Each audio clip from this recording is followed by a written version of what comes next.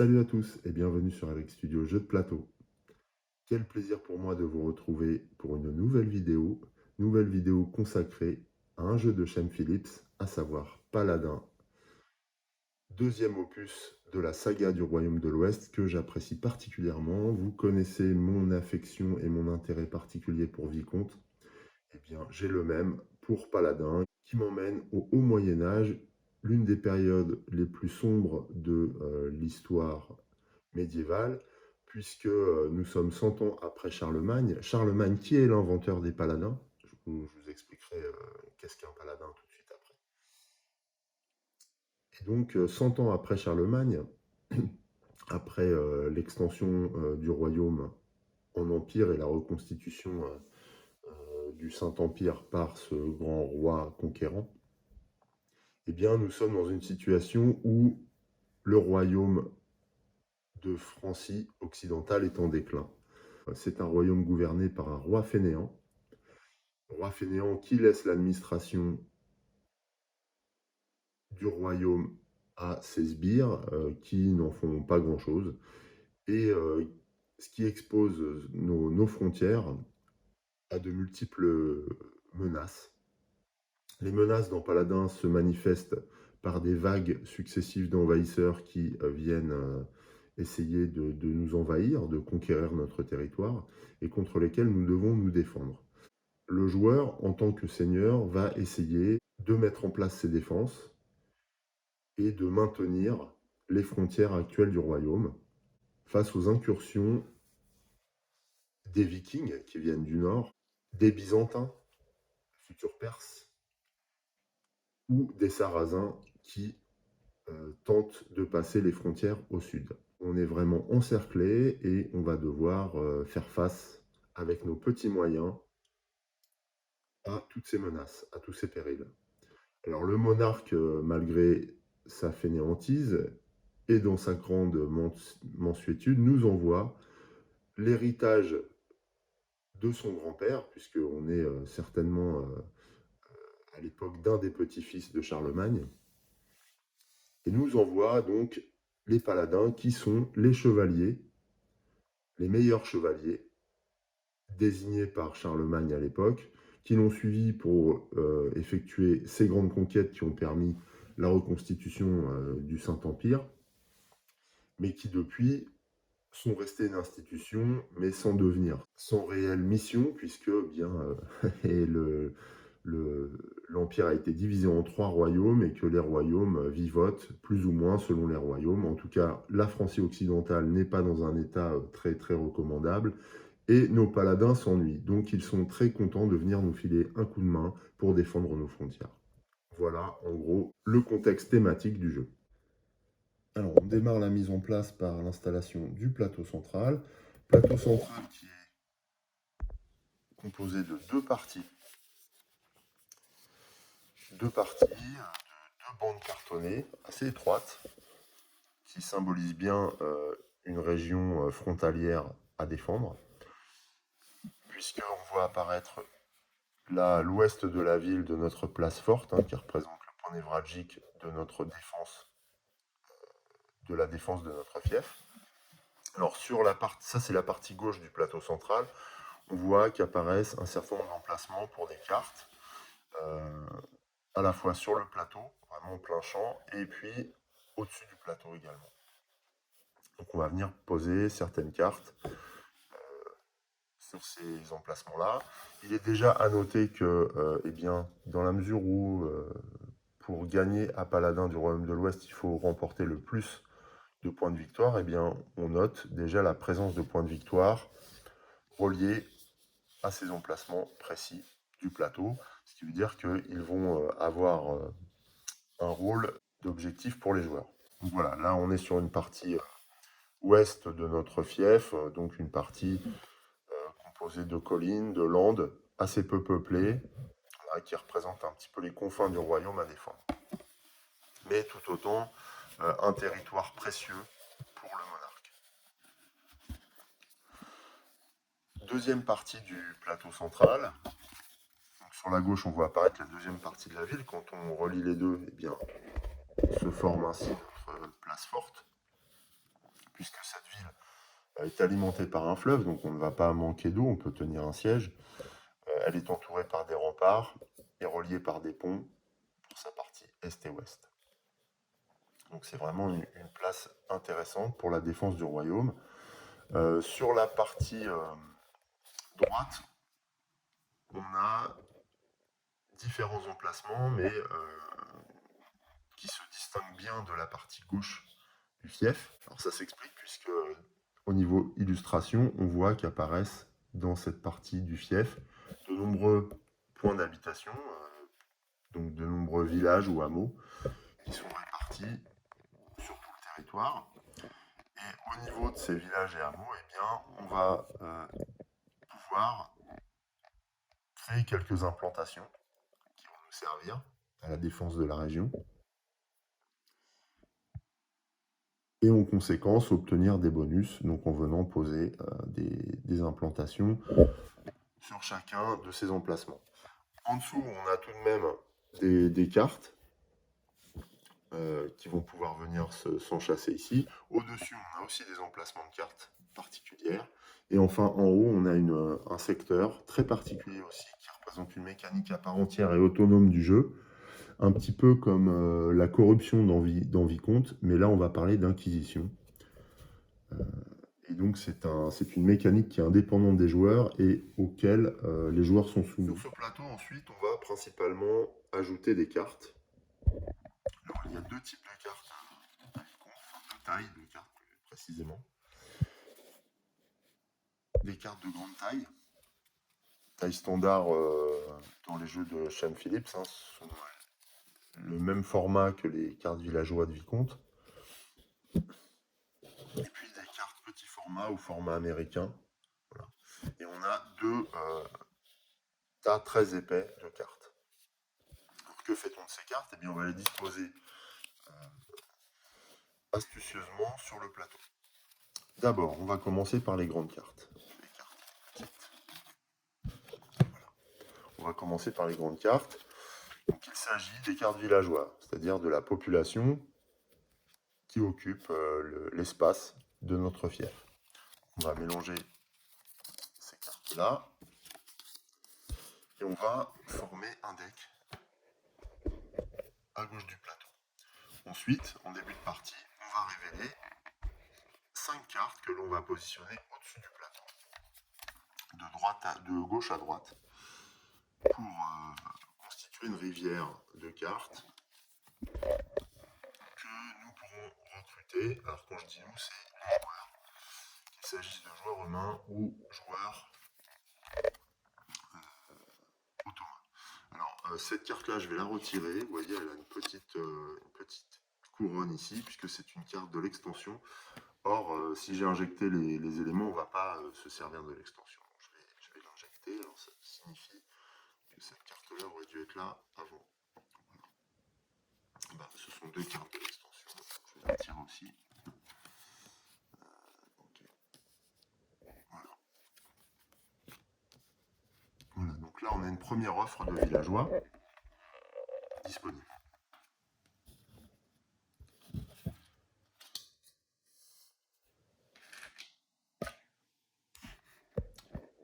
Ensuite, deuxième type de carte qu'on va poser sur le plateau central, ce sont les cartes sur lesquelles figurent des personnages à l'air assez sévère, mais à l'allure guerrier, on va dire. Mais on voit qu'ils n'ont pas une attitude agressive du tout. Ils sont plutôt en attente. Ce qui est intéressant puisque cette posture montre déjà une certaine intelligence de la part de ces guerriers, mais aussi une certaine ouverture. Cette ouverture, on sera conduite à essayer de l'exploiter à certains moments, puisque ces cartes sont les cartes envahisseurs, et que nous allons devoir prendre des décisions à leur égard.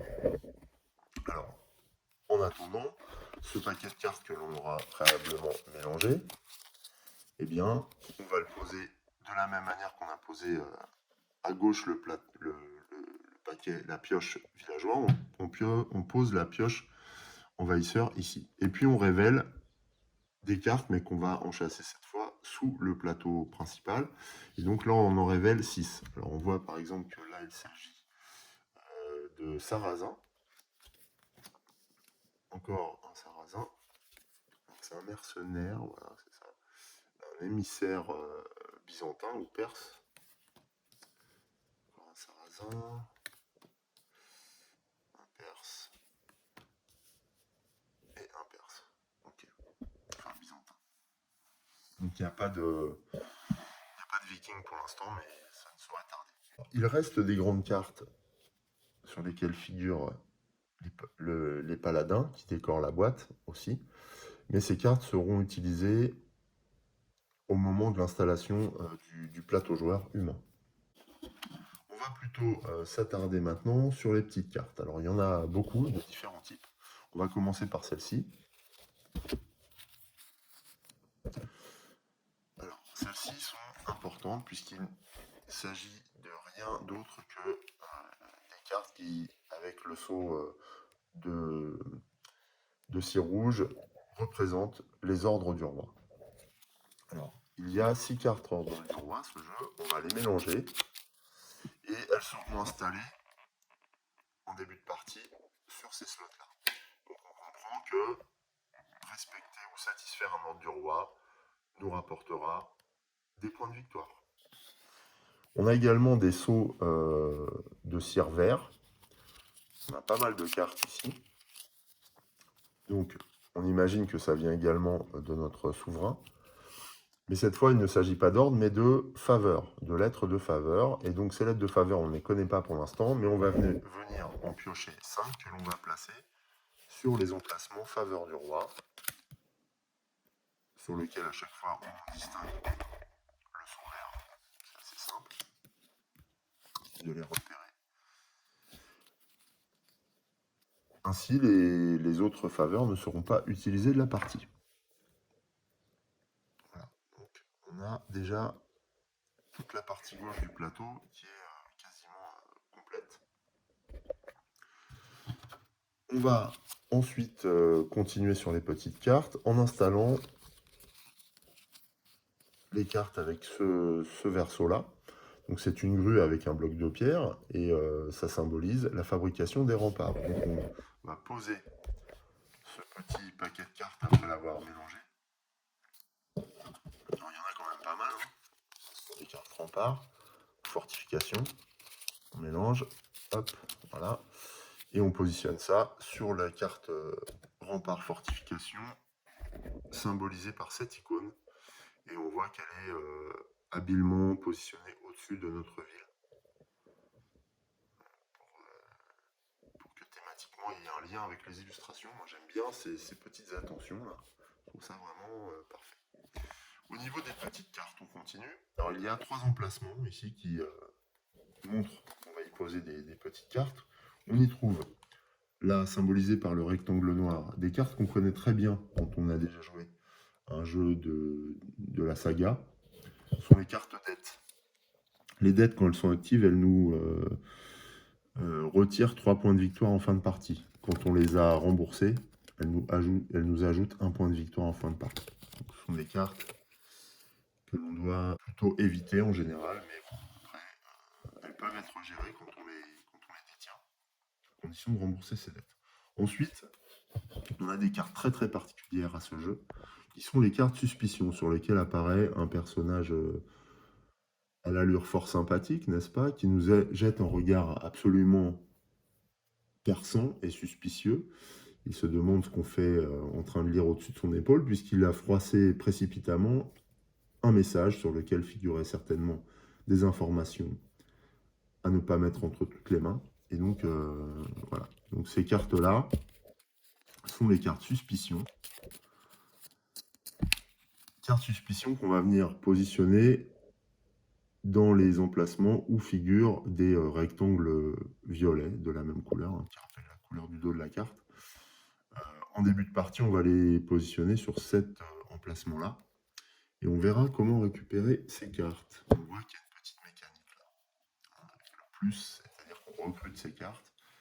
Et il y a une petite mécanique. Le slot de droite, lui, sert, quand il y a la croix, à la défausse des cartes suspicion. Enfin, au niveau du plateau central, centrale. Il nous reste un type de carte, de petites cartes à mettre en place. Ce sont les cartes taverne. Et eh bien, la taverne est l'endroit le plus prisé du fief. Donc c'est là où on pourra recruter l'ensemble de nos ouvriers, tout simplement. On va positionner ça sous le plateau en bas à gauche et on va en révéler le même nombre que de joueurs plus une. Donc on révèle une première carte et une deuxième carte. On voit que sur ces cartes apparaissent des icônes et ces icônes représentent des ouvriers, sujet sur lequel on revient dans la suite de la mise en place. Il nous reste un tout petit paquet de cartes, voilà, qui présente sur son verso une étude. Et en fait, ce sont les cartes d'action de l'automa.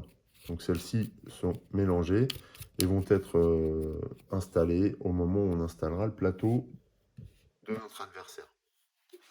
Voilà, on a déjà un premier plateau central bien fourni, et quasiment totalement installé. On reviendra simplement sur les ordres du roi en tout début de partie. On passe maintenant à l'installation du plateau joueur humain. J'aime bien les plateaux joueurs humains. Pourquoi? Parce que déjà au niveau illustration, quand on prend le temps de regarder, c'est pas ce qui saute aux yeux en premier, mais quand on prend le temps de regarder, c'est la place centrale de la ville fortifiée, donc place et centre de la décision, à partir de laquelle vont se prendre toutes les décisions, donc les décisions et actions. Sur cette place, on voit évoluer les différents acteurs de ces actions. Donc ça va du paladin, en passant par les clercs, des personnages un petit peu, voilà, un petit peu ambivalents. On ne sait pas trop si ce sont des bandits ou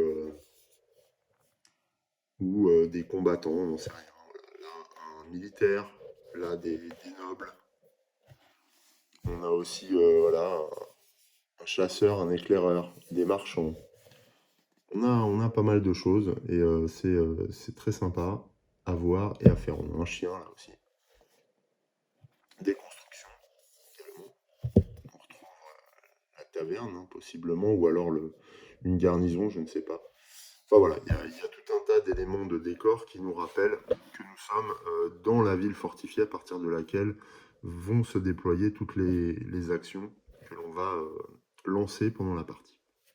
Et puis, il y a tout un tas d'icônes qu'on voit en premier plan, qui sont beaucoup plus visibles et qui peuvent aussi d'ailleurs donner une impression de fouillis sur ce plateau, mais pourtant, ce n'est pas du tout fouillis en fait. Quand on connaît l'iconographie, au contraire, on est plutôt sur quelque chose de très ordonné. Le plateau joueur est composé de deux parties. La partie gauche présente toutes les actions de type soutien qui vont nous servir à préparer les actions de droite. Et les actions de droite sont les actions de type opérationnel que l'on va lancer pour défendre la région. Sur le plateau, on a aussi à gauche ici une échelle que l'on va suivre et cette échelle va nous permettre de mesurer le niveau que l'on atteint pour chaque attribut, les attributs étant la foi, l'influence et la force. On va y revenir tout de suite. Sur chacun des plateaux joueurs, on trouve également de nombreuses bannières jaunes avec des chiffres dessus qui nous indiquent les niveaux à atteindre pour gagner des points de victoire supplémentaires en fin de partie. Donc on a de nombreuses bannières de points de victoire sur l'échelle des attributs. On a aussi des points de victoire qui apparaissent sur ces zones-là de carré blanc ou sur ces zones de bannières ici, ou encore en bas sur cette partie du plateau inférieur là qui est très particulière et dont je vous parle immédiatement. Alors on pose le plateau joueur et puis on va venir poser dessus un certain nombre d'éléments de jeu propres aux joueurs humains. Donc on a d'abord les cartes paladins. Et donc les cartes paladins sont propres à chaque joueur. Alors comment on les reconnaît? Eh bien, en fait, le fond de l'illustration représente l'illustration présente sur le plateau, justement. Donc là, nous, c'est une espèce d'entrée de donjon en pierre. Donc là, on va prendre toutes les cartes qui ont le fond avec l'entrée en pierre devant laquelle va se positionner notre paladin. Donc voilà, il y en a un certain nombre. Chaque joueur a un deck que l'on va mélanger, voilà, de plusieurs paladins. Je crois qu'il y en a une douzaine. Et ce mini-deck joueur-là, on va le positionner à droite du plateau. Toutes les autres cartes paladins sont les cartes pour les autres joueurs, donc je vais les remettre dans la boîte. À chaque fois qu'on utilisera une carte paladin, on la positionnera sur cet emplacement qui nous indiquera que la carte est active. Ensuite, sur le plateau, on a beaucoup de jetons en bois à positionner. Les premiers jetons qu'on va positionner vont être placés sur la partie de gauche, la partie réservée aux actions de soutien, et ce sont des jetons en bois vert qui représentent, alors il en faut 8, qui représentent des bâtiments. Voilà, et ces bâtiments rappellent les ateliers de Vicomte, et il s'agit également d'ateliers. Alors, pour positionner ces bâtiments, c'est simple, on va les placer sur les carrés, de manière à masquer les icônes qui représentent des bonus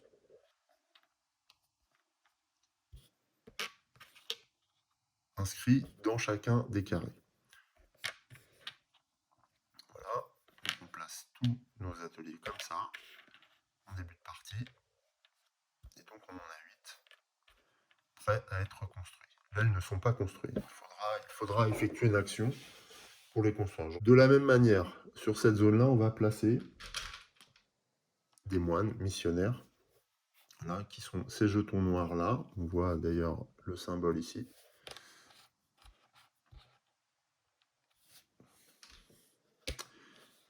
Et on vient les positionner tous. À droite de cette ligne de missionnaires, on a ici d'autres bâtiments à poser. Donc ce sont ces bâtiments rouges qui sont en fait des casernements. Voilà, petits bâtiments rouges qu'on va venir également poser là.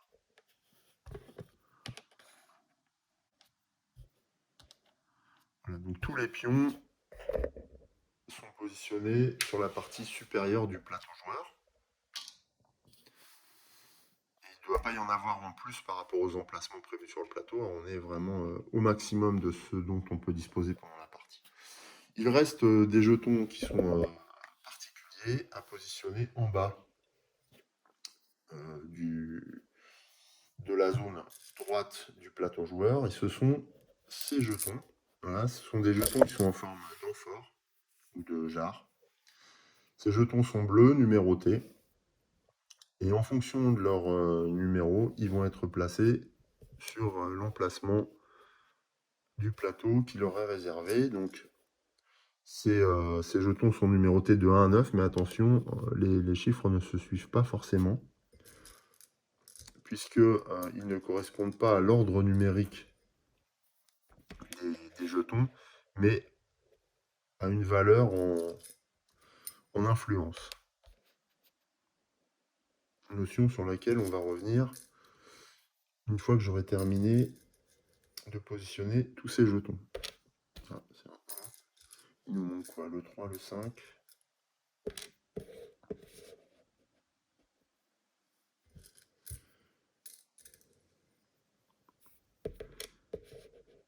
Voilà. Et ici, tout à gauche, le 0.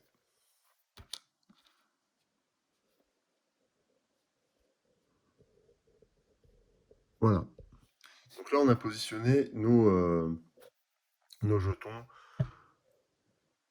d'amphore. On est quasiment prêt au niveau du matériel sur le plateau joueur. Il nous reste ici à préparer les curseurs qui vont nous permettre de suivre nos attributs sur l'échelle d'attributs. Alors, le jeton bleu correspond à l'influence. Le jeton noir correspond à la foi. Et le jeton rouge correspond à la force. retrouve ces symboles pour l'influence sous les missionnaires, ça c'est du bleu foncé. Pour la foi, on les retrouve sous les garnisons. Alors il y a d'autres lieux où on les retrouve hein, également. Et on retrouve aussi de la foi sous les jarres. Cette fois, on a quasiment tout le matériel de départ sous la main. Il nous reste simplement à ajouter au joueur humain 3 pièces en début de partie, un jeton provision,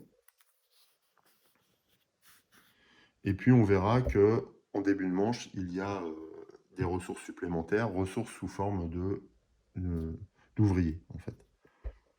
Voilà, là on a terminé l'installation du plateau joueur.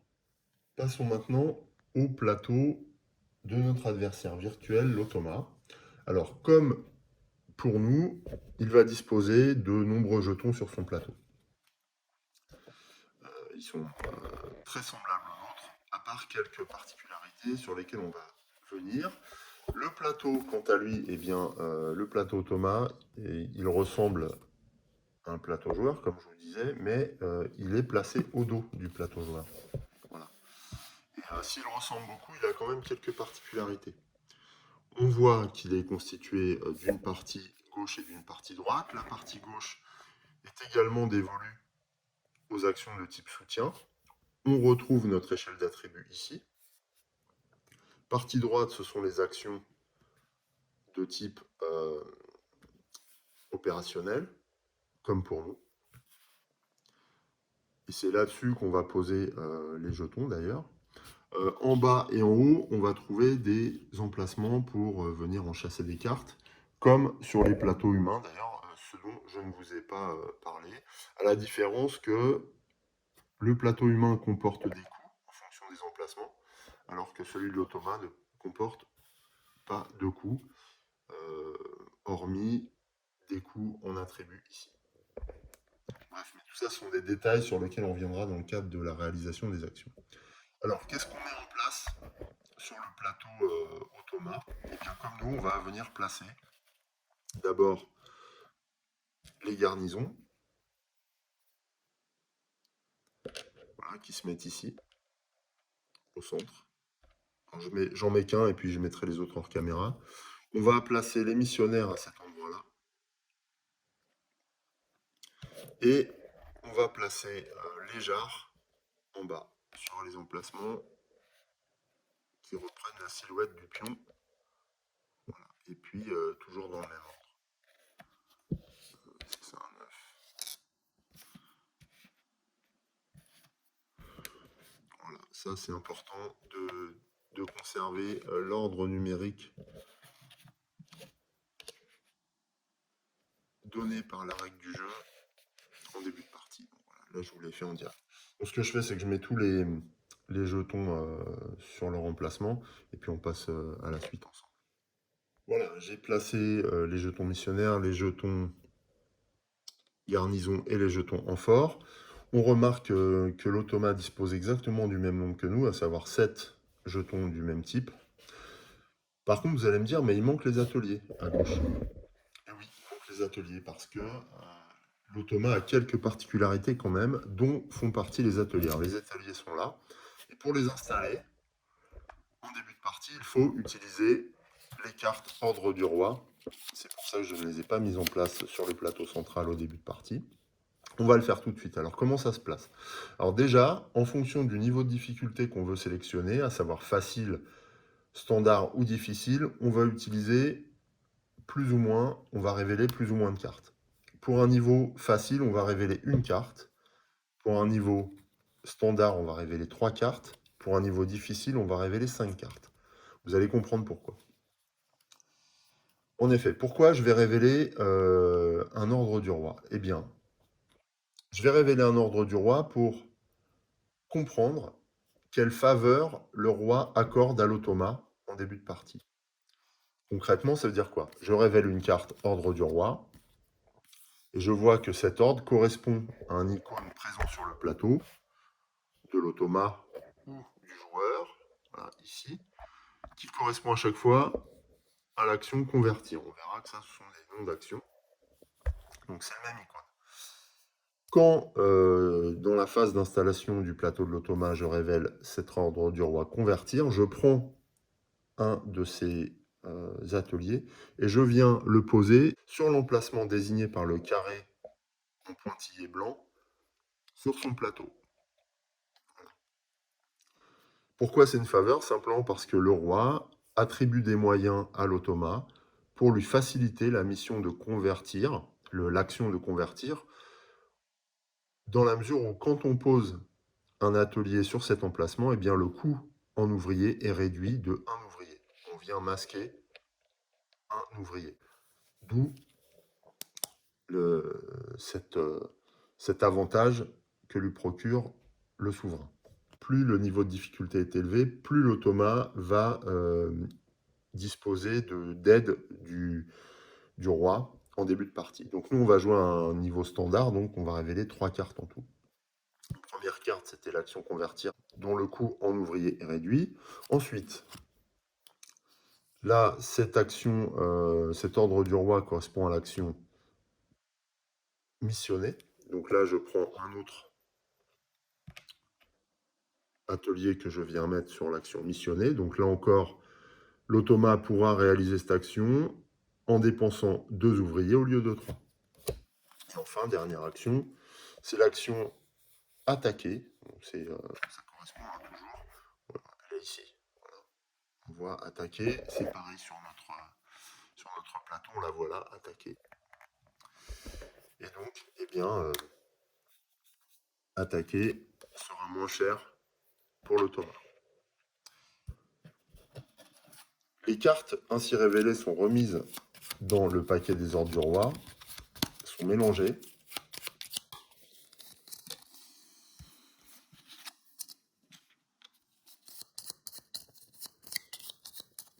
Voilà, sont mélangées et on va en tirer 3 au hasard qu'on va poser face cachée sur le plateau principal cette fois. Premier ordre du roi, deuxième ordre du roi, troisième ordre du roi. Ces cartes vont être révélées à chaque manche et vont du coup constituer les objectifs publics à réaliser pour gagner les points de victoire indiqués en dessous. Les autres ordres du roi sont remis dans la boîte et ne seront plus utilisés pour cette partie.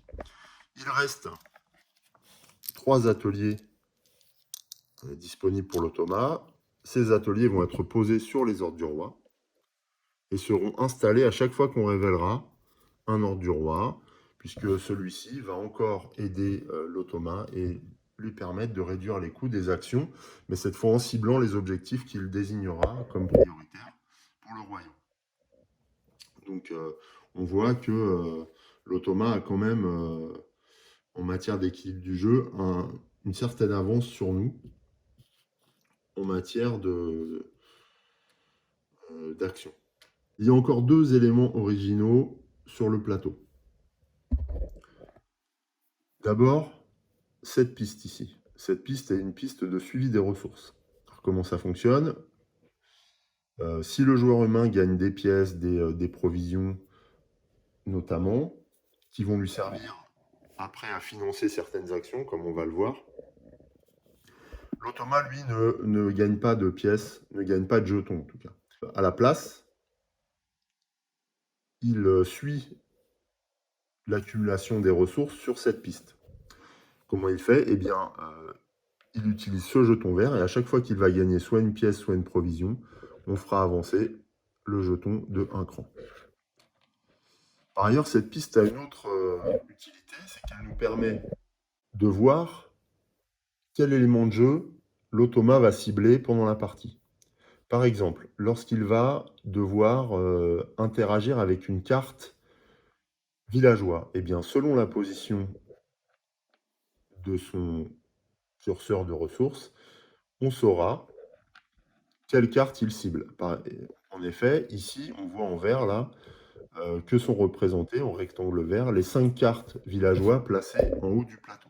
Donc, si le curseur est sur le premier slot, il va cibler la première carte. S'il est sur le 4e slot, il va cibler la 4e carte.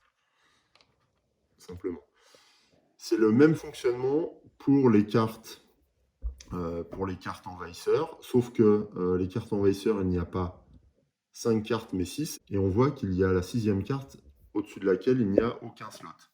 Bien, c'est simple, si jamais le curseur est là, l'automa va cibler en priorité. Si jamais la cinquième carte n'est plus là, il va cibler la sixième prioritairement avant de cibler une autre carte, si nécessaire. Bon, ça, on reviendra, c'est une petite subtilité. Enfin, sur cette ligne, on va rappeler le symbole de faveur du roi, donc les cartes vertes ici. Et donc là, pareil, quand l'automa va cibler et va vouloir interagir avec une faveur du roi, on regardera quelle faveur du roi est visée en fonction de la position du curseur de ressources ici. Enfin, dernière utilité pour cette piste, c'est qu'elle permet à l'automa de gagner des points d'attribut. C'est-à-dire que lorsque le curseur a atteint le 5e niveau et que l'automa gagne une nouvelle ressource, le curseur fait tout le tour comme ça, paf, et revient au départ. Quand il fait le tour, il remporte un point dans l'un des 3 attributs. Vous allez me dire, mais comment on sait quel attribut? Eh bien, c'est simple. Lorsqu'on procède à l'installation, on va positionner les bannières et les curseurs de suivi des attributs dans un certain ordre. On va mettre d'abord la bannière influence bleue en dessous, la bannière noire 2 fois au-dessus, et la bannière de force couvre le tout. Donc on est toujours dans cet ordre-là. Selon la position du curseur, si l'automa venait à gagner un point d'attribut, eh bien il va gagner en priorité un point d'attribut pour l'attribut dont son score est le plus bas. Par exemple, si je suis comme ça, eh bien, je gagne un point de force, puisque c'était l'attribut le plus faible.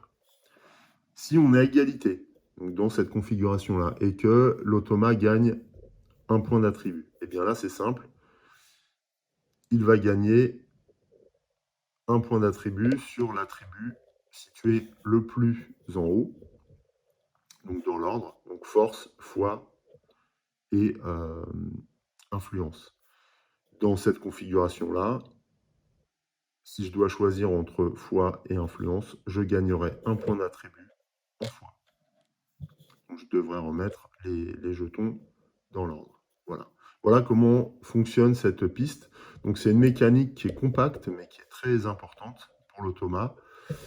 D'autant plus importante que vous remarquez qu'il y a beaucoup de bannières de points de victoire sur la piste d'attributs.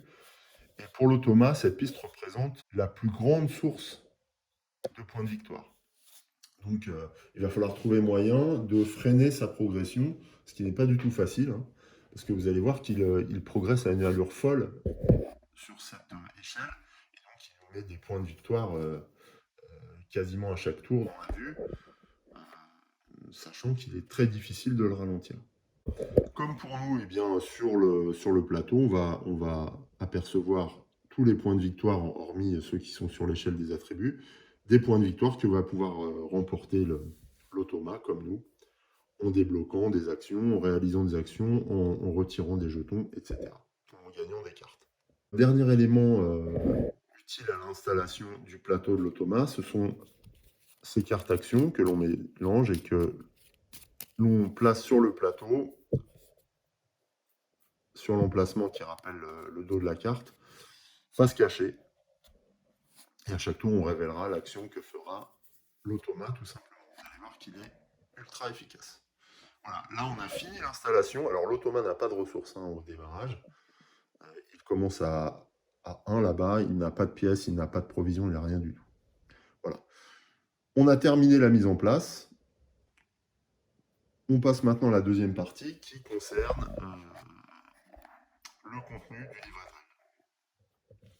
Alors ce passage va être assez court puisque je veux simplement vous lire l'introduction proposée par Sean Phillips concernant le jeu, qui situe la thématique et puis qui rappelle le but du jeu.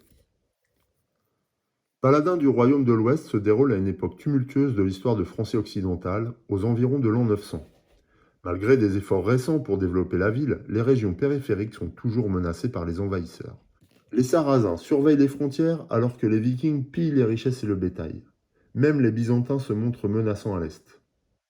En tant que nobles gens, les joueurs doivent rassembler les ouvriers de la ville pour se défendre contre les ennemis, construire des fortifications et répandre la foi dans tout le pays.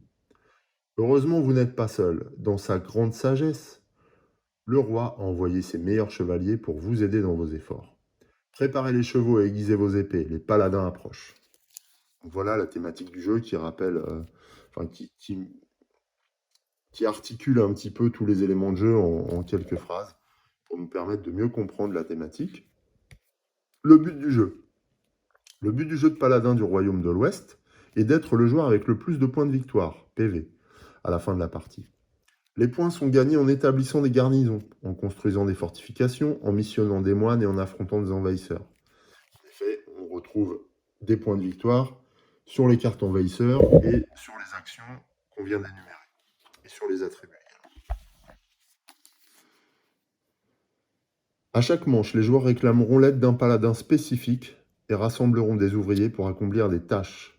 Au fil de la partie, les joueurs augmenteront petit à petit leur foi, leur force et leur influence. Ces critères affecteront non seulement leur score final, mais détermineront aussi la portée de leurs actions. La partie se termine à la fin de la 7e manche.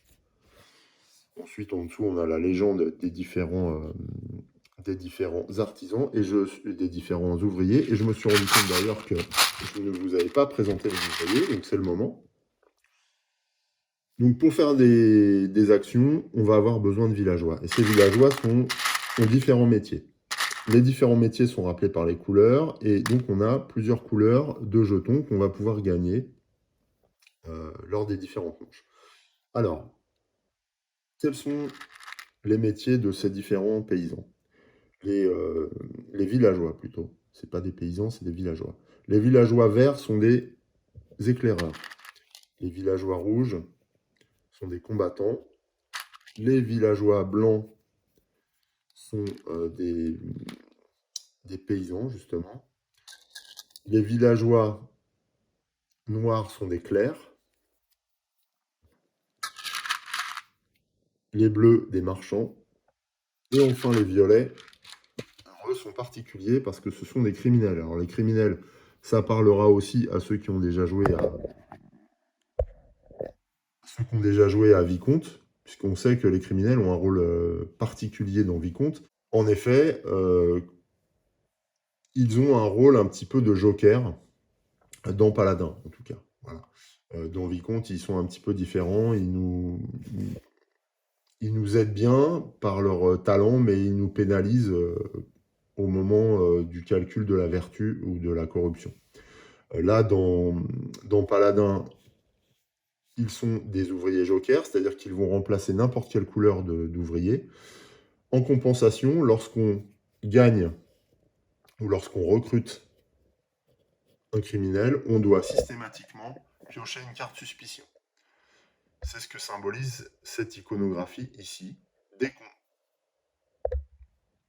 Dès qu'on recrute un ouvrier violet, donc un criminel, on prend une carte suspicion. On recrute une carte suspicion et on en applique l'effet.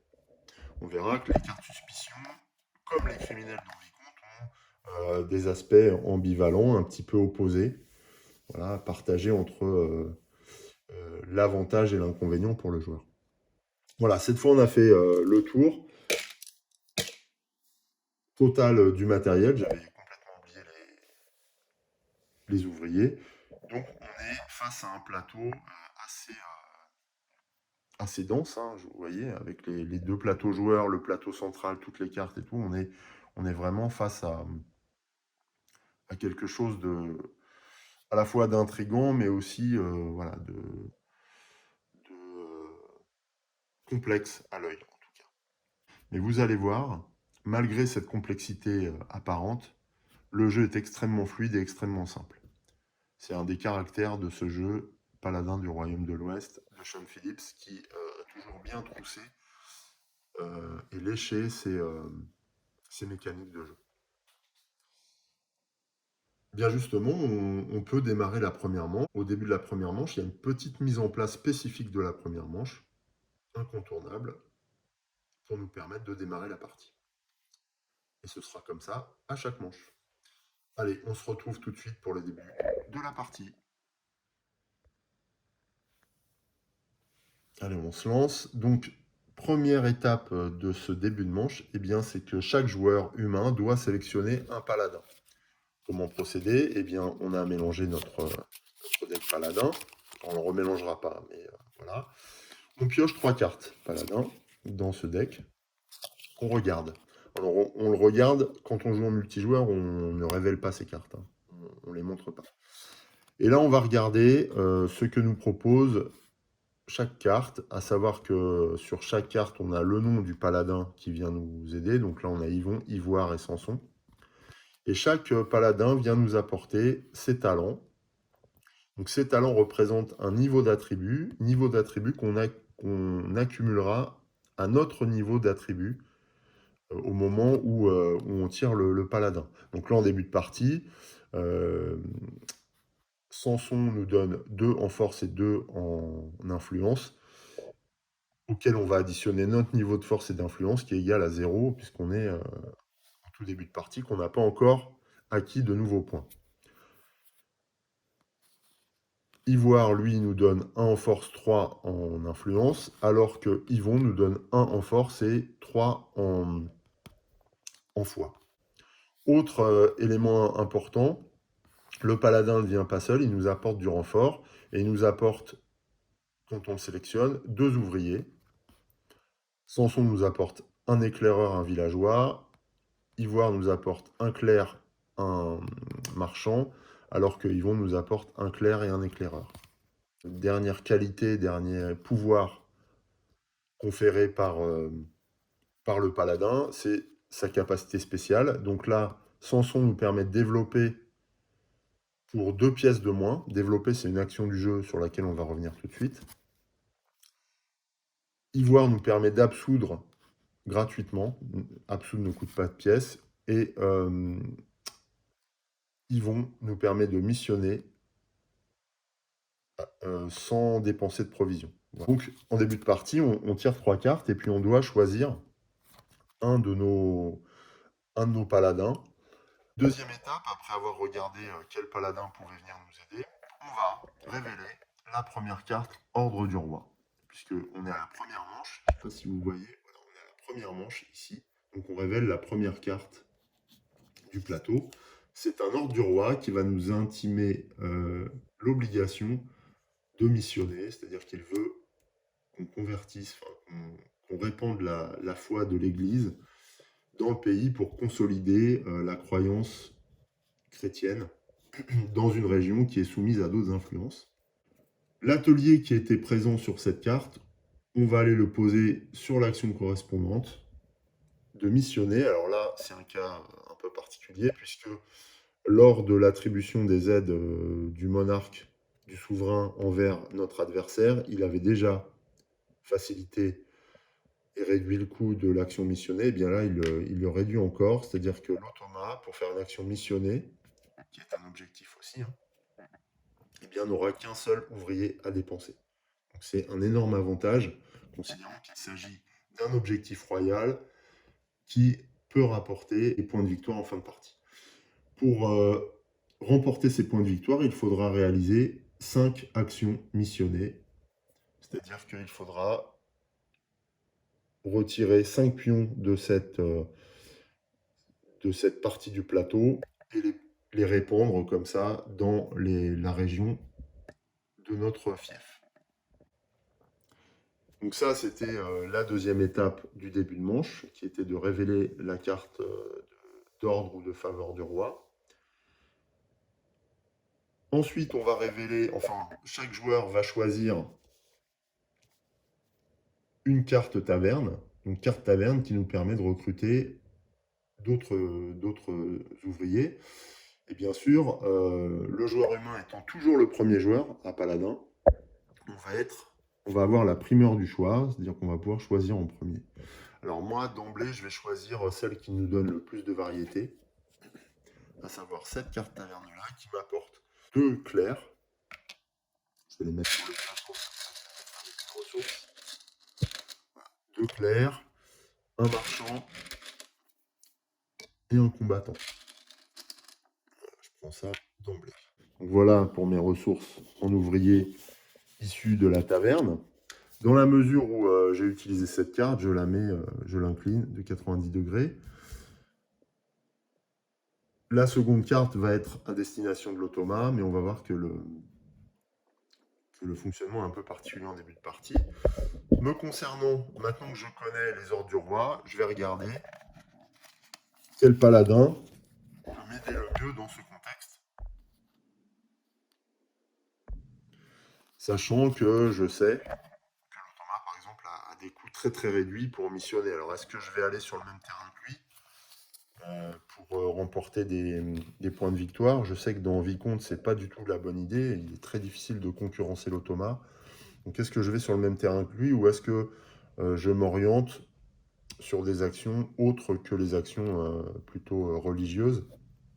Ce qui voudrait dire que j'écarterai Yvon qui nous donne des points en foi, donc qui vont nous aider dans la réalisation des actions religieuses, ou est-ce que je m'oriente vers un autre paladin? Je pense qu'en début de partie, j'ai dans l'idée quand même de m'orienter plus vers d'autres sujets tels que les attaques, enfin la défense du royaume, donc attaquer les envahisseurs, construire des remparts. Donc je vais plutôt m'orienter vers Samson. Samson va me donner 2 en force et 2 en influence, et il va m'apporter un éclaireur et un villageois. Donc je vais activer Samson. Ensuite, je vais... qu'est-ce que je fais de ces 2 cartes-là? Eh bien, j'ai une carte à mettre sur mon deck, donc que je retrouverai à la prochaine manche, et un que je vais éloigner de moi, que je mettrai sous le deck. Donc je ne vais pas le retrouver tout de suite. Donc attention à ça, c'est un choix important. Je pense que je vais garder Ivoire qui reste dans la lignée de Samson. Je vais le laisser face visible puisqu'on joue en solo. Maintenant en multi, il faut remettre ce paladin face cachée. Donc ça, on sait que Ivoire sera dans notre choix de la prochaine manche. Je vais récupérer les 2 ouvriers que m'apporte Samson, donc un éclaireur et un villageois. Ce qui représente donc mes ouvriers de départ. J'ai mes ressources de départ, je suis prêt à agir. Pour l'automa, bah, lui aussi va gagner des ouvriers. Mais il gagne des ouvriers, mais se moque totalement de leur couleur. Donc en fait, la seule utilité pour l'automa de regarder cette carte, c'est s'il apparaît ou non des criminels. C'est-à-dire que si l'automa tire une carte avec un criminel, il devra récupérer un criminel, mais bon, ça, la couleur, il s'en moque. En revanche, dans la mesure où c'est un criminel, il devra prendre une carte suspicion. On sait que les cartes suspicion peuvent représenter une menace pour le joueur. Donc on voit que, au même titre que nous, il est exposé à ces suspicions-là. Là, en l'occurrence, il n'y a pas de criminel, donc on peut défausser cette carte, elle ne sert plus. En revanche, pour savoir combien d'ouvriers dispose l'automa, on regarde le numéro de manche. Donc là, c'est la manche numéro 1, auquel on additionne 3 ouvriers, ça nous donne le nombre d'ouvriers de départ de l'automa. Donc là, 1 plus 3, c'est 4 ouvriers. On prend n'importe quelle couleur. Alors moi, j'aime bien respecter les couleurs données, mais encore une fois, l'automa ne va pas du tout regarder ça.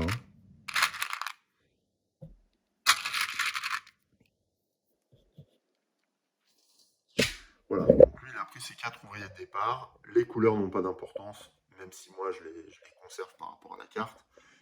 Mais voilà, c'est une espèce de petit top qui n'a aucune incidence.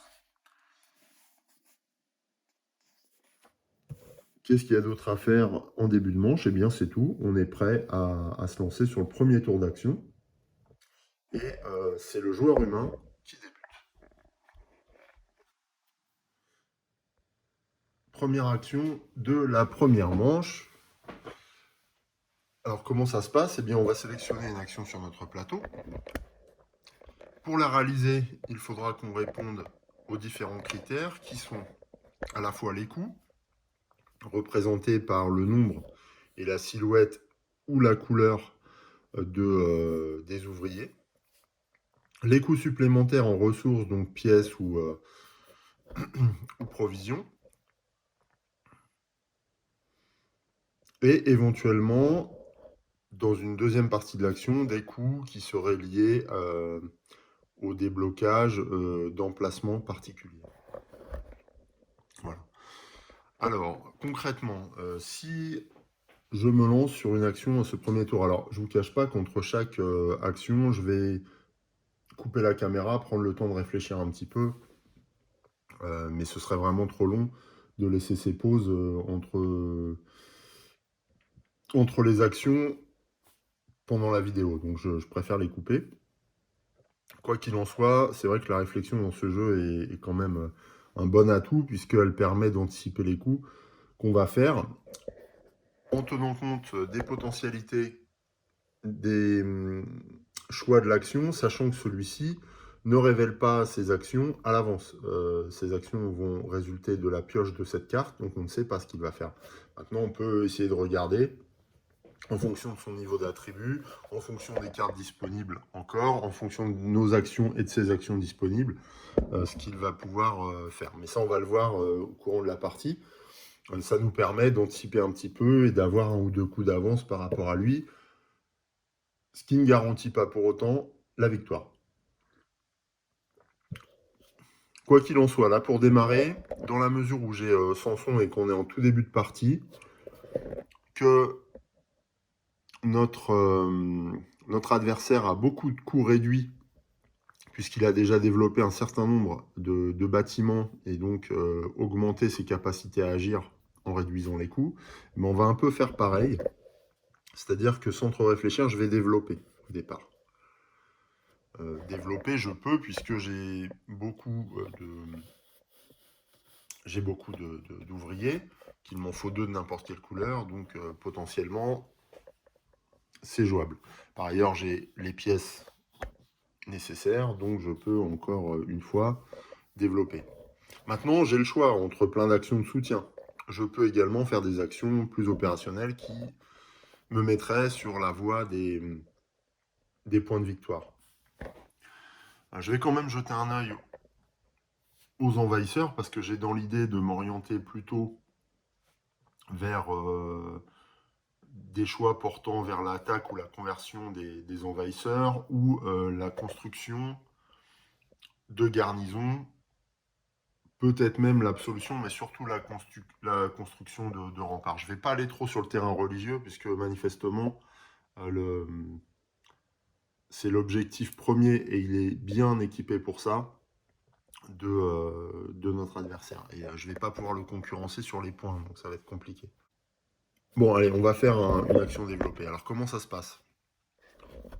Eh bien, je choisis deux ouvriers. Alors là, je vais plutôt prendre un clair et puis un ouvrier incolore.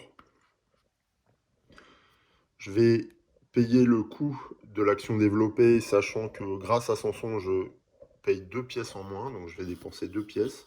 Quand on dépense 2 pièces, on les remet dans la réserve générale. Ce qui me permet de construire un atelier. Donc cet atelier, je vais l'implanter. Alors j'hésite soit sur l'action attaquer, soit sur l'action fortifier.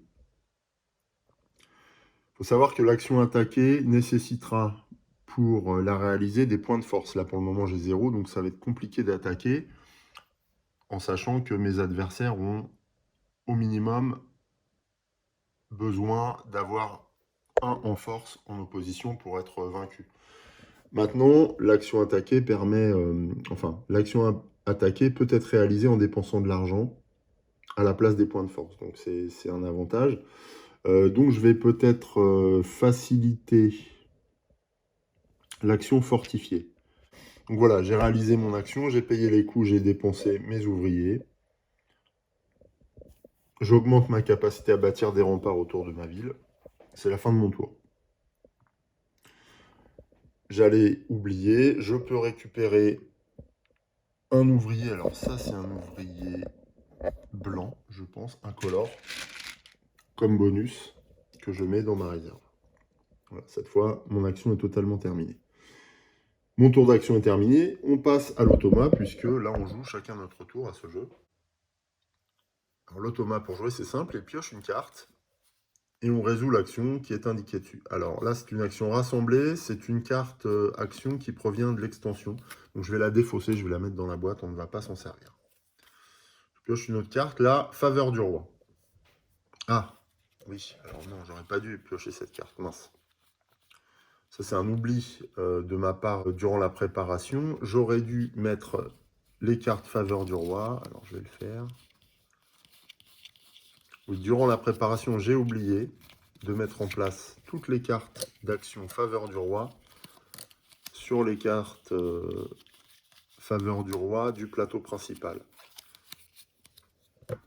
C'est-à-dire qu'avant la troisième manche, l'automa ne dispose pas de la possibilité de bénéficier des faveurs du roi, dans la mesure où celles-ci ne sont pas activées. Donc, au même titre que nous avons placé des ateliers qu'on débloque à chaque fois qu'on révèle un ordre du roi, et bien là, je place des cartes d'action faveur du roi de l'automa sur les faveurs du roi. Elles seront débloquées quand les cartes faveur du roi seront révélées. C'est le même principe. Et à ce moment-là, elles seront mises dans la défausse de l'automa, d'ailleurs. Mais bon, on y reviendra. Et ça, c'est un petit oubli encore, décidément. Voilà. Donc, du coup, ben, on reprend le tour d'action de l'automa. Donc, cette fois, il va plutôt essayer d'attaquer. Alors, c'est assez surprenant, mais d'un autre côté, attaquer lui coûte que 2 ouvriers. Donc, il prend 2 ouvriers. Alors, je vais prendre un combattant et un clerc, hein, thématiquement. On part un petit peu en croisade, là. Et il va attaquer. Pour attaquer, il doit dépenser les ouvriers et disposer du niveau d'attribut nécessaire pour l'attaque. En l'occurrence, là, le niveau de force requis pour attaquer le champion est de 1. Il n'a pas 1 en force.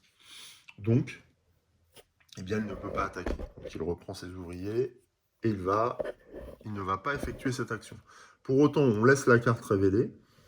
Et à la place de cette action, l'automa va effectuer une action de soutien en choisissant l'action libre située le plus à gauche possible du plateau, de la partie gauche du plateau. Donc là, en l'occurrence, c'est l'action recruter. Donc il va envoyer un clerc sur cette action. Et il va recruter, en tout cas faire appel à un villageois qu'il ne va pas recruter de manière permanente, mais il va faire appel à lui ponctuellement pour gagner des bonus. Donc, comment savoir quel villageois il choisit? Eh bien, on regarde son pion sur la piste de ressources qui cible la première carte villageois. Donc, il va cibler le défenseur. Le défenseur, quand on le recrute ponctuellement, quand on fait appel à lui ponctuellement, nous donne le bonus situé en haut à droite. Donc, grâce à ce défenseur, eh bien, notre adversaire établit des défenses et gagne 1 en force. Voilà, ce qui correspond à ce symbole. Une fois la carte résolue, on la défausse à côté de la pioche. C'est la fin de l'action de l'automa. C'est à nous donc. Alors on garde toujours, hein, on est dans la même manche, donc on garde Samson. On a des ouvriers, on a un ouvrier de chaque couleur hormis des criminels, donc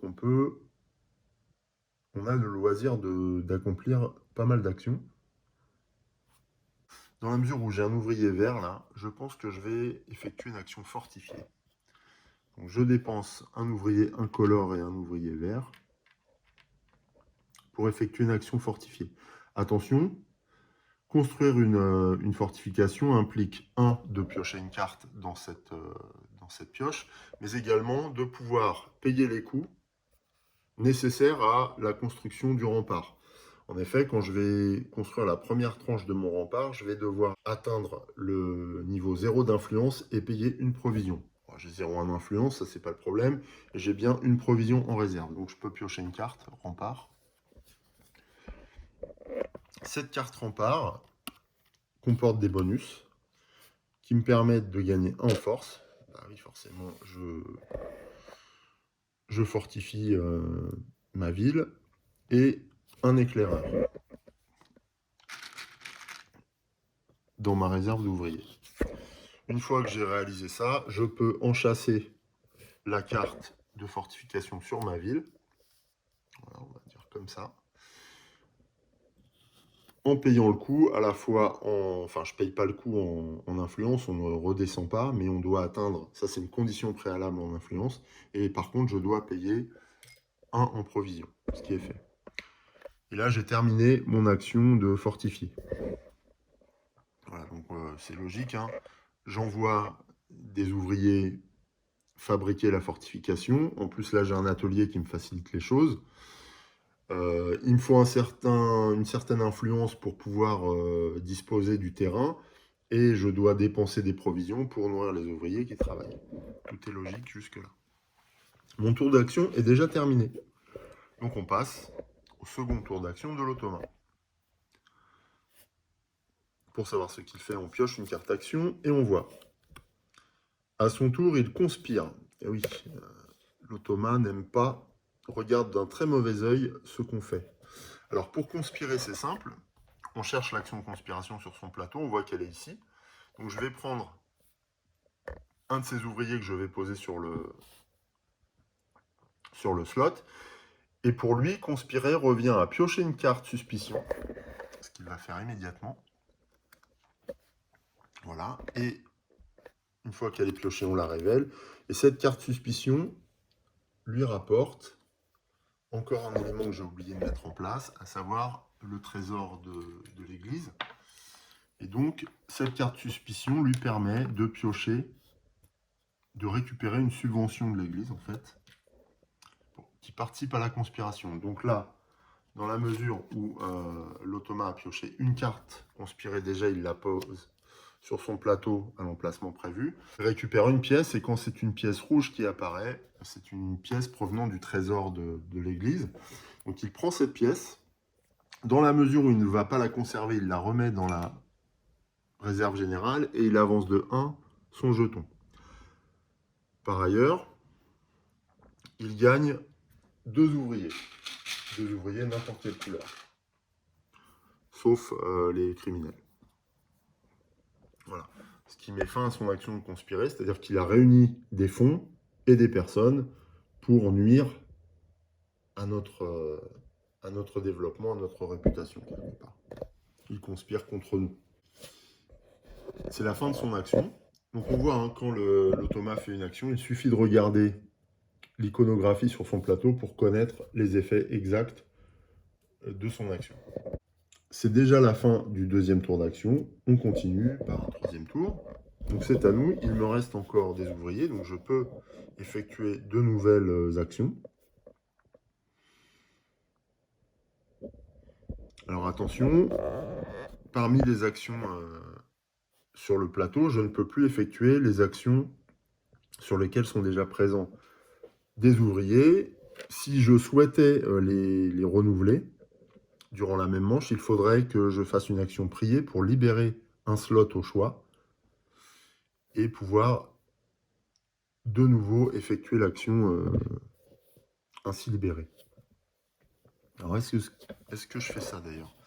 Est-ce que je n'utilise pas un clerc pour prier et ainsi libérer une des actions? Malheureusement, je ne vais pas pouvoir puisque je n'ai qu'une pièce. Dommage parce que là j'ai un clerc. Alors je n'ai plus qu'une pièce, hein, ça c'est le problème. Alors, éventuellement, je peux conspirer pour récupérer un personnage de plus, sachant que lui en plus a se conspirer, donc il a pris une carte. On verra que le nombre de cartes suspicion sur le plateau joueur a une grande importance. Donc est-ce que je conspire, ce qui me permet de récupérer un criminel en plus pour pouvoir faire une action derrière, et ce qui va m'obliger à piocher une carte suspicion, mais potentiellement me rapporter des pièces. Ouais, je vais faire ça. Donc pour conspirer, j'envoie n'importe quel ouvrier. Qu'est-ce que j'envoie? Le vert, j'en ai besoin pour attaquer, le rouge aussi. Le bleu et le noir pour absoudre.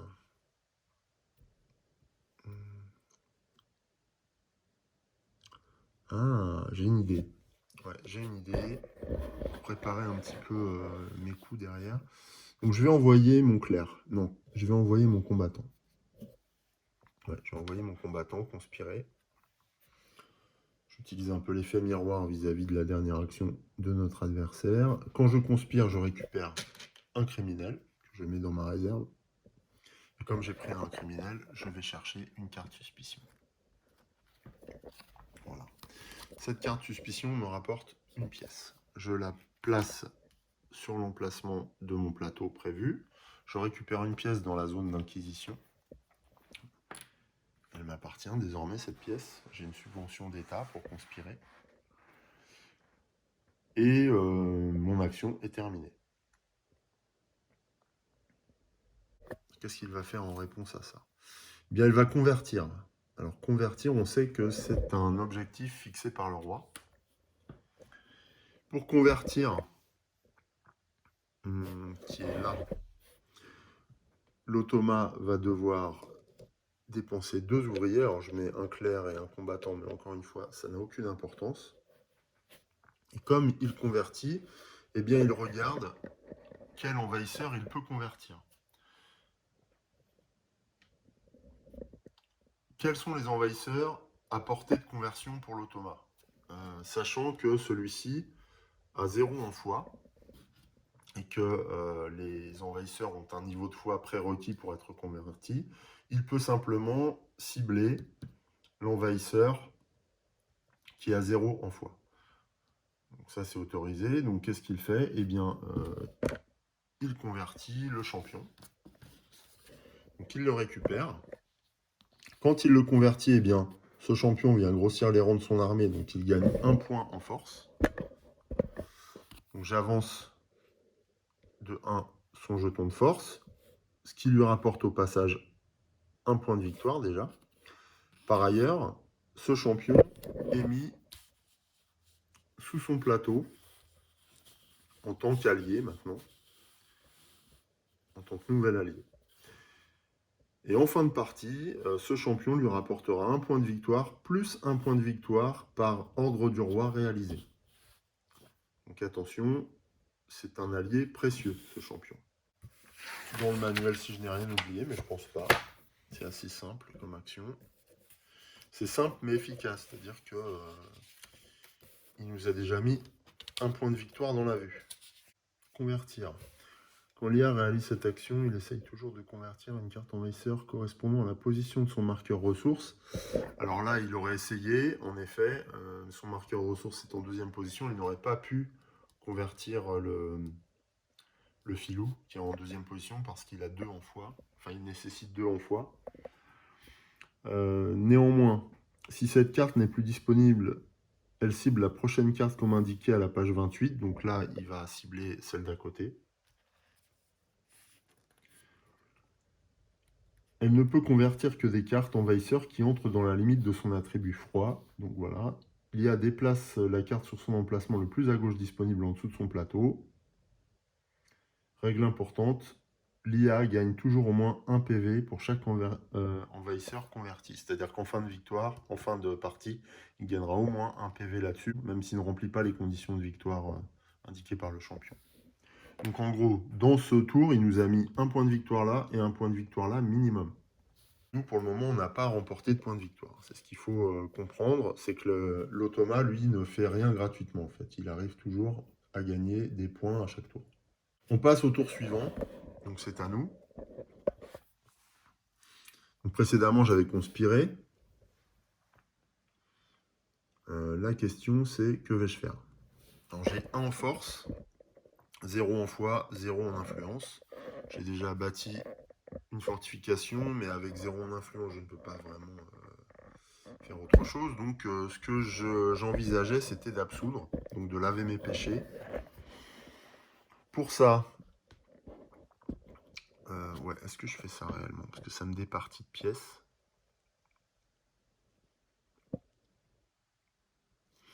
Ou alors, est-ce que je vais voir au niveau des villageois pour recruter? Je vais réfléchir 2 minutes et je reviens. Bon, après réflexion, sans étant totalement certain de ce que je vais faire, je j'envisage une attaque. Alors pour attaquer, il va falloir que je regarde mon niveau de force. J'ai 1, mais grâce à Samson, j'ai 3. Et potentiellement, si je dépense des pièces, pour une pièce, je gagne 2 points de force. Donc je peux aller attaquer éventuellement le filou. Et je suis en train de voir que c'est une carte de l'extension, donc je vais la remplacer. Je la mets dans la boîte, je fais glisser toutes les autres parce qu'elles auraient dû être révélées comme ça. Et puis je vais en révéler une nouvelle. Ah, je suis en train de voir que là, l'émissaire est également une carte de l'extension. Je vais la remplacer. L'exécutrice est aussi une carte de l'extension, donc je vais la remplacer. Voilà, bon ça j'aurai cette manip à faire plusieurs fois dans la partie, mais ça ne prête pas conséquence à condition de les révéler dans l'ordre. Bon, là je révèle du coup, ce ne sont que des sarrasins qui apparaissent. Je vais cibler potentiellement celle-ci ou celle-ci.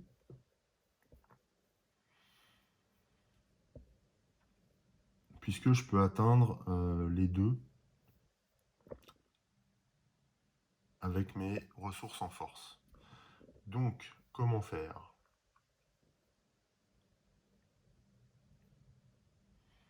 Soit je cible le mercenaire pour épuiser, donc qui fait une radia et qui épuise le trésor de l'église, ça c'est pas mal, sachant que ça me permet de taper dans ces réserves-là sans piocher de cartes, sans piocher de cartes suspicion, donc ça c'est marrant.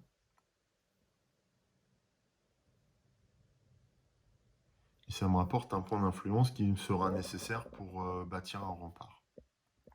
Ou alors je vise le mercenaire, mais il faut que je dépense une pièce en plus. Ce qui me permettrait de prendre un point d'influence, un ouvrier et une provision. Voilà, les deux sont intéressants. Je vais plutôt cibler le mercenaire, il va me coûter moins cher et en plus ça éloignera la possibilité pour l'automa de l'attaquer, puisqu'il lui faudra 5 en force et pour le moment il a 2. Donc je vais cibler celui-là. Donc moi, attaquer ça me coûte la totale, les 3 ouvriers. 1. Je vais garder quoi? Je vais garder... ah oui, non, j'ai pas le choix. Je suis obligé d'utiliser mon criminel. Alors, on ne repioche pas de carte suspicion quand on utilise un criminel. Et je vais dépenser mon marchand. Non, je ne vais pas dépenser mon marchand. Je vais dépenser mon clerc. Voilà. Donc j'attaque. Dans la mesure où j'attaque le mercenaire, il me faut 3 en force. Je les ai puisque j'ai 1 plus 2 donné par Samson. Donc j'ai bien les conditions nécessaires pour attaquer le mercenaire. Quand j'attaque un mercenaire, j'obtiens les bonus indiqués. Donc je prends 1 en influence. Et oui, on commence à entrevoir ma puissance. Celle-ci commence à faire du bruit. On sait que je repousse les sarrasins habilement en guerroyant. Et je gagne 2 pièces du trésor puisque je récupère ce qu'avait fauché le mercenaire à l'église. Et bien sûr, sans le restituer. Cela va sans dire. Une fois que j'ai terminé cette attaque, je retourne la carte et je la mets à côté de mon plateau pour la conserver comme trace de cette attaque. Voilà. Je pense que j'ai terminé totalement l'action attaquée. Je revérifie. Ouais, c'est bon. Ok, on poursuit. C'est à l'automa. Alors l'automa conserve encore deux ouvriers, donc il peut jouer. Je tire une carte. Et il va essayer de répondre à un ordre du roi. L'ordre du roi révélé est l'action convertir. Or, il l'a déjà réalisé, cette action. Donc quand c'est comme ça, eh bien, il va cibler, en dépensant un ouvrier, l'action libre la plus à gauche, en haut de son plateau à gauche. Donc là, c'est l'action prier. Donc il va envoyer un de ses combattants prier. Et en faisant ça, on regarde ici en quoi consiste l'action prier. Il va libérer tous les slots occupé sur la partie droite de son plateau. Donc là, c'était l'action convertir. Donc on récupère les ouvriers, on les met dans la réserve centrale. Et par ailleurs, il va remélanger ses cartes d'action pour reformer sa pioche. Donc ça veut dire que potentiellement, il peut recommencer à convertir lors de cette même manche, s'il a assez d'ouvriers.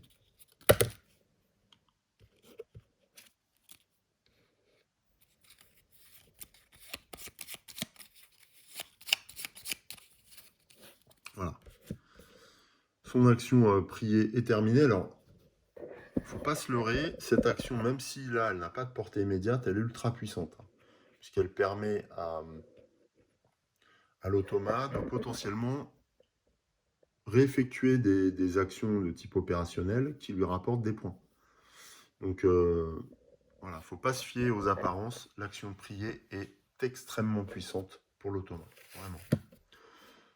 Il a dépensé un ouvrier, mais il en reste un. Donc, potentiellement, il peut continuer à jouer au prochain tour. C'est à nous. On est toujours avec Samson. Il nous reste un ouvrier bleu, un marchand. Qu'est-ce qu'on peut faire avec ça? Éventuellement, on peut commercer. On peut aussi recruter.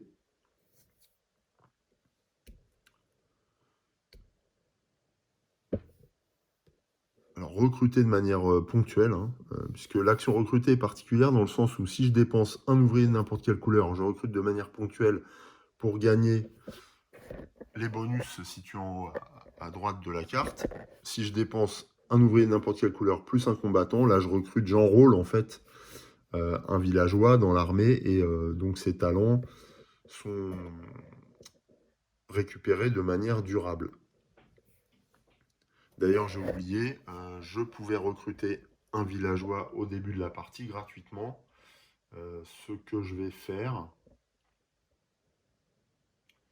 Ouais, alors j'aurais recruté, je pense, la missionnaire. Voilà. Bon, je vais recruter la missionnaire parce que c'était la plus chère. Elle me permet de gagner. Alors ça, c'est dans les règles de base. Hein, c'est que le joueur humain pioche un villageois dans la rivière révélée, gagne les bonus éventuels et ainsi que la capacité. Moi, je n'ai pas converti, donc je n'ai pas à récupérer d'autres provisions. Par contre, quand je ferai l'action convertir, je pourrais réaliser, enfin, avoir ce bonus. Et comme j'ai récupéré la missionnaire, je la remplace par une autre carte et par l'architecte. Voilà. Donc là, c'est à mon tour de jouer. Alors, qu'est-ce que je peux faire avec un marchand? Je peux essayer de recruter, cela dit encore.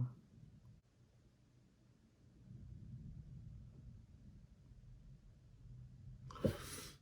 Ce que je vais faire, en effet, je vais envoyer mon marchand recruter dans les campagnes et celui-ci va s'adresser à l'agent de recrutement. C'est-à-dire que je vais payer une pièce, comme c'est indiqué ici. Je vais payer une pièce à la réserve centrale, pièce que j'ai récupérée dans le trésor de l'Inquisition, donc ça ne m'embête pas. Et je fais appel ponctuellement à cet agent de recouvrement. Celui-ci me permet de défausser 2 cartes suspicion. Je n'en ai qu'une, mais je la défausse quand même.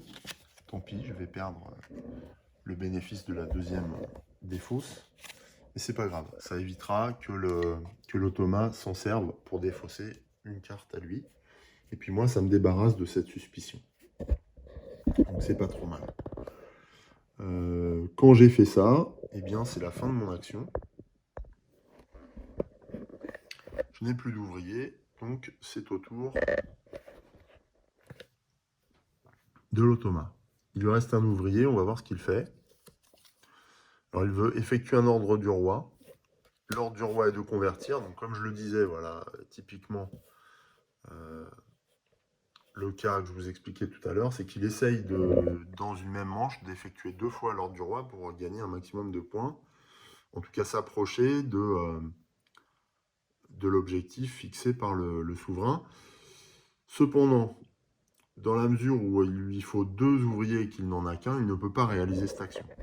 Donc, il va choisir une fois de plus l'action disponible en haut à gauche de son plateau. Et c'est l'action commercer. Donc il va poser son villageois ici. Ça va lui rapporter une pièce. Alors lui, il ne prend pas de pièce. Il avance simplement son jeton de ressources sur sa piste ressources. Et ça met fin à son tour. Tour suivant, je n'ai plus d'ouvriers. Donc je vais forcément passer. Quand on passe un paladin, on retire tous les ouvriers qu'on a posés sur son plateau. Et on les remet dans la réserve générale. Et c'est tout. Mon tour est terminé. L'automa, de la même façon, n'a plus d'ouvriers. Donc il va passer, lui, il passe systématiquement quand il n'a plus d'ouvriers.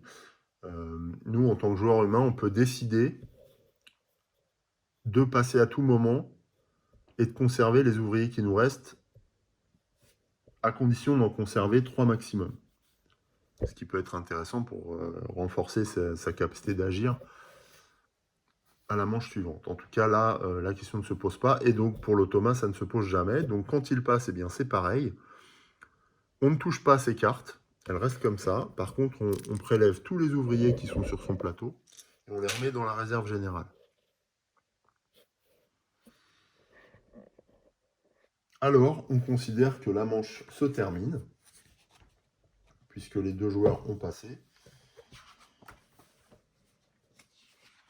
Et on résout les petites opérations qui s'imposent en fin de manche, s'il y en a. Alors, il y en a quelques-unes pour préparer la manche suivante. C'est une phase d'entretien, on va dire. Alors, je regarde. Voilà. Une fois que tous les joueurs ont passé, on procède à la réinitialisation du plateau principal de la manière suivante. S'il y a encore une carte villageois,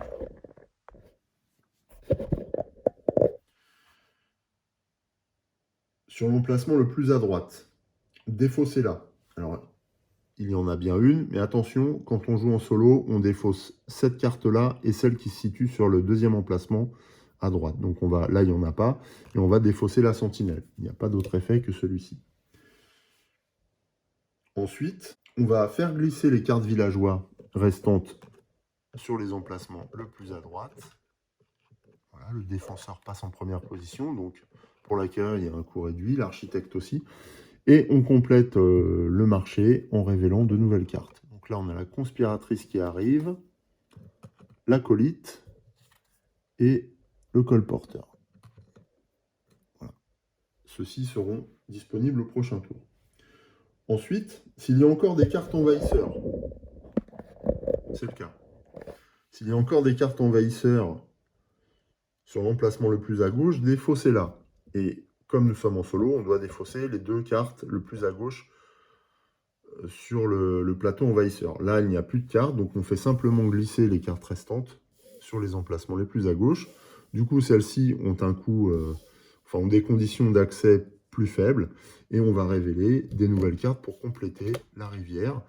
Et là, on voit l'arrivée d'une filoute, représentante des Vikings. Par contre, je suis en train de voir que c'est une carte de l'extension, donc je vais la défausser et la remplacer par la carte suivante. Voilà, c'est une armurière byzantine qui fait son apparition. Et ensuite, une championne sarrasine qui arrive également. Une fois que ça c'est fait, retirez toutes les cartes taverne de cette manche. Donc ça, je les défausse.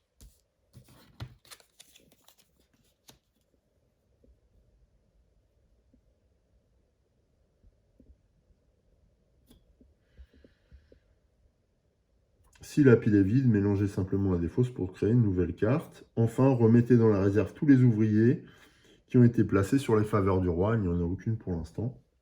Et ensuite, on pourra passer à la seconde manche. Là, on arrive. Voilà, le plateau de jeu est totalement réinitialisé. Nos plateaux joueurs sont en l'état et ne vont pas bouger plus que ça, hormis le fait d'avoir enlevé les ouvriers qu'on avait déjà placés dessus. Donc on est prêt pour la deuxième manche. Comme je l'avais annoncé, ça met fin à cet épisode de Paladin. Je vous retrouve dans un prochain épisode pour les manches 2, 3, 4. et pour voir comment on va se débrouiller face aux périls qui nous menacent. Alors, que conclure pour ce premier épisode? Eh bien, bon, moi, c'est un jeu auquel j'adhère pleinement, Paladin du Royaume de l'Ouest. Il a un côté, c'est vrai, un petit peu intimidant de par l'ensemble des informations qui figurent sur les plateaux, hein, que ce soit le plateau central, le plateau joueur ou le plateau automat. Mais vous voyez que dans le fonctionnement, il est très très simple et qu'on peut se concentrer pleinement sur ce qu'on a à faire. Alors évidemment, en filmant, c'est plus compliqué. En plus, je ne suis pas un grand joueur de programmation et Paladin est un jeu de programmation. On essaye d'anticiper un maximum de coups, de ce qu'on va faire, de combiner les actions pour que celles-ci aboutissent sur des scores élevés. Donc ceux qui aiment cet aspect combinatoire vont se régaler à Paladin si ils ne le connaissaient pas. Et c'est pas du tout ce qu'on imagine. C'est vrai que dans les vidéos que j'ai pu voir, on a l'impression que ce jeu est un peu mécanique, mais en fait pas du tout. Il n'est pas si mécanique que ça. Au contraire, il raconte vraiment une histoire. On peut choisir l'orientation de nos actions. On peut se positionner par rapport à la stratégie qui est en train d'établir notre adversaire, et on peut vraiment se projeter dans cette situation de défense de territoire par tous les moyens qui sont en notre possession et en fonction du contexte révélé qui correspond aux envahisseurs d'un côté, aux villageois de l'autre, et puis évidemment aux actions de nos adversaires. Donc c'est pas un jeu qui est si mécanique que ça, et pourtant il a cette réputation. Moi, c'est un jeu qui me raconte véritablement une histoire, surtout quand on prend la peine et le temps de contempler un petit peu ce que les illustrations proposent au travers des plateaux, des cartes. Enfin voilà, bon, vous l'avez compris et vous le savez, je suis fan des productions de Shem Phillips. C'est pas prêt de changer, donc je vais toujours leur trouver quelque chose de très bien. Voilà, après, bien sûr, c'est chacun ses goûts, et peut-être que certains d'entre vous ne seront pas du tout conquis par Paladin. Maintenant, encore une fois, ceux qui aiment les jeux de programmation, ceux qui aiment les aspects combinatoires, ceux qui aiment prévoir les choses, mais être soumis en même temps à des aléas qui ne dépendent pas d'eux, et devoir s'y adapter, eh bien Paladin va vous satisfaire, puisque l'automa, même s'il est imprévisible, a quand même des orientations, mais nous réserve des surprises et peut nous prendre à rebrousse-poil à chaque tour. Donc c'est vraiment intéressant. Et il faut garder un esprit opportuniste pour faire face à ces initiatives qui se conjuguent à un moyen d'action extrêmement efficace. Voilà, bon, je ne vais pas aller plus loin sur cette petite conclusion. Je vous retrouve très très vite pour la suite de cette partie dans un second épisode. En attendant, je vous souhaite une belle journée, je vous embrasse. Portez-vous bien, salut!